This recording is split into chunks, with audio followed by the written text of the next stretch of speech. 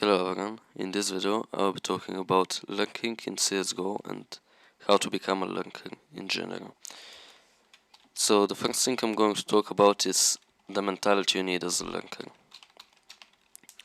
So as a lurker, you have to know that you're going to play alone most of the time, and you are responsible for holding down any pushes that come to you or any aggression in general. And if you die, then you open the back of your teammates. They could get flanked. You give a lot of space to the enemy. So you have to know that it's very important for you to be able to hold down the pushes and the aggression. So you have to know that you're going to be alone and be confident in yourself when you're alone. So this is very important. You have to be confident in yourself that if there is a push, you know what to do.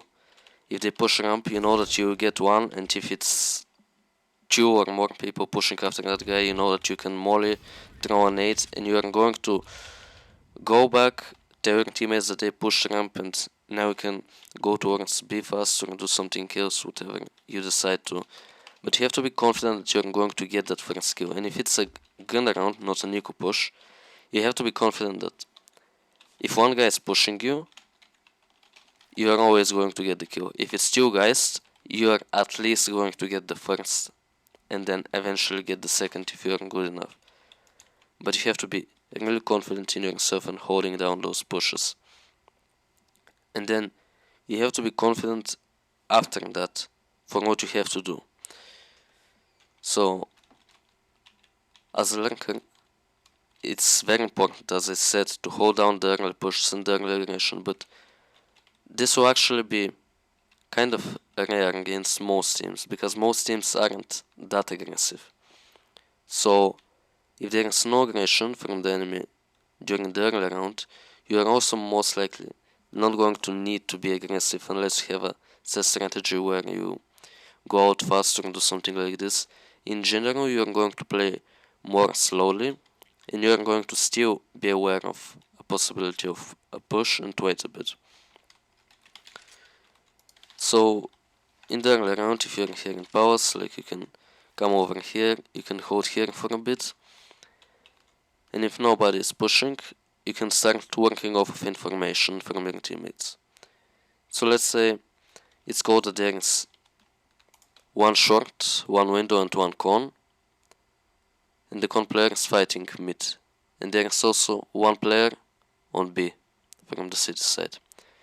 This means that there is going to be only one player somewhere towards A. And now this is where confidence comes in again.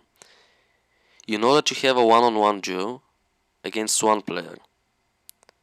You are going to, some of the rounds, take that duo. Unless you have something else planned for the round, if you are playing default, you take that duo. If you win that duo, you can win the round with that. So if you know the information that there is only one A, you start clearing the angles carefully. And you are looking for that kill. You are focused on finding that kill.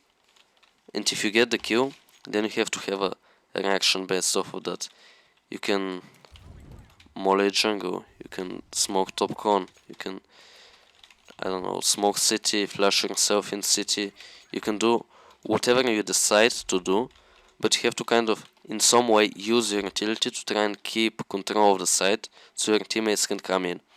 And if you kill that A player, then there's the con player and the window player that are going to try to come and help and kill you. So you have to isolate jungle and con, because the con player is going to come from top con and the window player is going to try to come from jungle. So it's what I just said. You can model jungle, you can smoke top con, and then you can try to hold the control of the site, and your teammates will come in and you hopefully get a bomb plant. So this is where you need to be confident and take the duo mid round so you can kind of win the round by yourself. And this is winning a round in a default, because if you have a set strat, Sometimes you could be allowed some flexibility in that set strat and you could go for that kill, but sometimes you have to just stick with the strat. Like if you're doing an A split and you need to molly under powers and your teammates are coming 3 people fast from con, like you don't need to go and search for that kill if there was 3 people mid, and maybe you got some kills on mid, but you don't need to search for that kill because the strat will work with or without that kill being searched. And it's better to stick to what is planned so your teammates know what is happening. Otherwise, you could make a mistake, and if you die, then it's even worse. And just do it in defaults, that's searching for kills. Also, something very important is the mid-round plays in general during executes and the late round plays and clutches. So as the lurker, when you are executing, when your team is executing, you probably most likely never have the first contact, or that's how at least it should be. So with first contact I mean the first fight on the side. This is going to be left for the entering fragger. So if you're going A execute and there's smokes and flashes and everything, the entering fragger will be the first point of contact. He is going to start the first fight. And the other players need to trade the entering fragger. So what you can do if you're the powers player is when the entering fragger goes in and takes a fight towards side, you don't need to peek side before he peeks it. You can let him peek it, and when he gets a fight, you can peek on his contact. When he starts shooting, you peek, and it's going to be a free kill if the entering fragger hasn't killed him already. Because this player, who is fighting the entering fragger, is going to be focused only on that fight, and when he gets that kill, even if he gets it, he is not instantly going to be looking towards you and expecting you to pick. He will expect other players to come from other directions and he cannot focus on everything. So when you hear your entering shooting, you can just swing and get the kill, and it's going to be the easiest kill of your life. No matter if this guy knows that you can pick him, because if you pick as the contact happens, as the fight happens, even if this guy gets the kill, he is not instantly going to be with perfect crosshair placement ready to kill, and you are going to get that kill. It's going to be an easy kill. And also if he is ready for it, if he has the crosshair placement, again you should be able to kill him. You should be able to trade that kill, because it's just a bit overwhelming when there's people also coming in from ramp, when there was a fight happening and those people from ramp can pick you at any moment too, and then the powers player picks you. It's tough for the player on side. And also, late round, you need to be a good clutcher as a lurker, and you need to be good in after plans, because most of the time you are going to survive until that point of the round. Most of the time you are going to be able to survive until the after plant, and eventually until a clutch situation happens. So something you have to be able to do is you have to be able to play well in after plans. You have to have your positioning on point, you have to have your understanding of utility during after plans, and fighting with your teammates and taking contact first or second contact. You have to get a feeling for this by playing retakes, by just playing normal games, whatever works for you and whatever you like. But you need to be able to play very well in those situations, because you are going to most likely be left in those situations most often from your teammates. So you need to maybe also watch demos and look at positionings for after plans, like what is a good positioning, how to play that. And also in clutches, clutching is kind of a thing which is difficult to improve, and some people have a talent in it, some people can do it way better than others can, but everyone can train it. And I think it can be trained by playing retakes. If you just play retakes, eventually you are going to be left in a clutch here and there, 1v1, 1v2, 1v3, whatever. And if you put yourself in as many clutch situations as possible in those retakes, and you are always in that situation. You are going to gain experience in that situation, and you are going to eventually start understanding how you can play it, where you can take a fight, where you cannot, where you have to hide, where you can use some utility. Eventually, when putting yourself in that situation enough many times, you are going to understand how to play in that situation. And for me, I cannot explain to you how you can win a clutch, because every clutch is different. And of course, you have to look for 1v1 fights and you have to isolate duos, but everyone knows that. And clutching is something that is very different. Like, I can tell you in after plants you can play powers, you can play ramp, you can play city, but I cannot tell you how to win your clutch. You're going to have a feeling for the clutches. Once you start becoming a good clutcher, you will have some feeling of where the player will be and what fight you have to take, what fight you don't have to take, when you have to hide. You're going to eventually develop a feeling that will come with experience. And at the beginning, you might not be good at clutching, but eventually, as you gain experience, you will become better at clutching. It just works like that. If you put yourself in enough clutch situations, you're eventually going to start understanding them. That's how it works in this game. And you're going to start hopefully winning them. You also have to have the individual skill to win them, because aiming is important in this game. It's one of the most important things. So as a lurker, you also have to be really good individually, so you can find those skills that I was talking about when you have a one-on-one fight on site and you can take the fight, and if you have a great individual skill, you will win that fight most of the time. Also for the trading of kills, if your interfering dies and that guy on site expects you, you can still get the kill if you are good enough individually, and you should keep your individual form on point. And I already have videos on this channel about aiming routine, about spray control, and about how to improve your individual overall. So you can watch those videos to get an idea of how you can improve. So also, now, there's no lurkers on city side, but I can tell you what you could play on city side depending on your qualities as a lurker.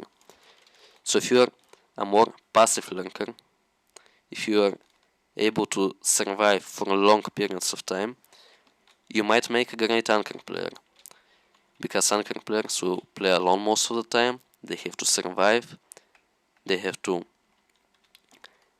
be patient, which if you are a more passive lurker, you will be.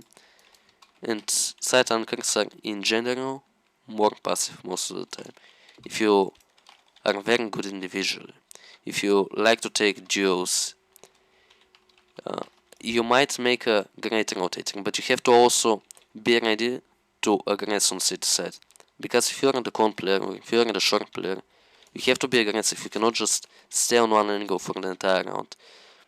Those positions, short and con, are important, and you have to take fights from them, or support your teammates eventually, however the round goes. But you have to be able to be aggressive and go for plays on city side. So depending on your qualities, you might make a great short player, con player, A anchor, B anchor, whatever it is. I personally play some anchor roles, but also play some rotator roles, because I'm not the most individually talented player in this game, but I have my individual on point. I can be really patient, but I can also aggress when needed, and I can go and take that first duel, second duel. I can go in and find a kill aggressively. So I can go for pushes, I can peek with a flash, I can peek alone versus whoever is on mid. Like, if I'm playing well, if I have the confidence, I'm just gonna flash over and take the duel, and I don't care who's on the other side. Like, my mentality when I'm confident in the game is I'm going to pick him and I'm going to kill him, and I know that. And if you believe in that, you are actually most of the time going to win the duel. I also play a lot of anchor spots, so it's kind of 50-50. On maybe half of the maps I have some rotating spots, and then on the other half I have anchor spots. So on Ancient, as an example, I play on A side, on city side. So that's some more passive role. You're not going to see a lot of action, but when action comes, you need to react to it in the best way. Sometimes you need to take a fight, sometimes you need to just back off and play it passively, not take a fight until the retake situation happens, and then you can retake together with your team. So you need to know when to fight and when to survive and not fight, basically. So I can do both. I can be a rotator on some maps, I can be an anchor on some maps, and even if I am an anchor, I can sometimes Ancient is a good map for this. And I don't know if there's many other maps on which you can do this, but on Ancient you can actually start in Donut if you're a day player, and then you can go for a mid play. You can maybe push mid even without going through Donut, just going through top mid, pushing mid. And you can go for those plays on Ancient because most of the time your enemy is not going to go for a fast play towards A, and I can still be aggressive and go for openings. And as a lurker, you sometimes need to do this. Like if you see that things are not going so well, if you see that the team isn't doing well on city side, you might have to go for openings. You might even have to do it on T side. You might have to on T side actually play with your team more. So this is something I didn't mention. Sometimes when your team is doing an execute, let's say you're still in powers, but your team is going to do a B execute. Now you need to know when you have to go with them and when you can just lurk and cut off rotations or whatever you want. So maybe you go towards mid and cut off rotations, maybe you go towards B with your team, maybe you stay on A and kill the A player when he's rotating. So how do you understand when to do what? First of all, the most important thing is to see how your team is doing. If you see that your team is taking the sides without you being there, without any problem, then you can lurk, you can cut off rotations, you can backstab, you can do whatever you want. But if your teammates are struggling to take the side, you have to go in there and help them. You have to go get the trade kills, get the entry kills, whatever is needed in that game to win you the round. So you're not always going to be on the other side of the map. This is a common misunderstanding. You don't always have to lurk, you don't always have to be on the other side of the map, cutting off rotations or killing the rotating players. You have to, sometimes when your team is not doing that well in taking sides, you have to go in and help them with the execute. Get kills. Help them take over the side, get a great after plant position, get kills in the after plant to win the round. So you have to be able to do that as well as a lurker. If the game is not going well, you are going to have to shine. If your entering player is not getting his entering kills, you have to get the trade kills together with the star player or whoever else is trading the entering player. You have to understand that in this game, the roles are not something that you're going to stick to every round. You're not going to be a lurker every round. You're not going to be an entering player every round. You're not going to be a star player every round. The rifle roles have to be flexible. You have to be able to do multiple different things. If the certain round requires you to enter, even if you're a lurker, you have to enter and you have to do a good job at it. So you have to be flexible. And there are roles so you can get an idea of what your general playstyle will be. So if you're a lurker, in general, you're going to be the player that is most of the time going to cut off rotations. Does this mean only you're going to do it? No. Some rounds maybe the entering player will do it because he is in a good situation for that. If the entering player is on mid and you are 4 towards A and you're doing an A execute, then your entering player is going to cut off rotations because he is in that position. So yeah, roles have to be flexible, you have to be able to adapt to the situation and do whatever your team needs you to do. So I hope this video helped and you learned something new. Maybe this video will help you improve as a lurker. And if so, like the video and subscribe to my channel to not miss out on any upcoming content. Thank you for watching.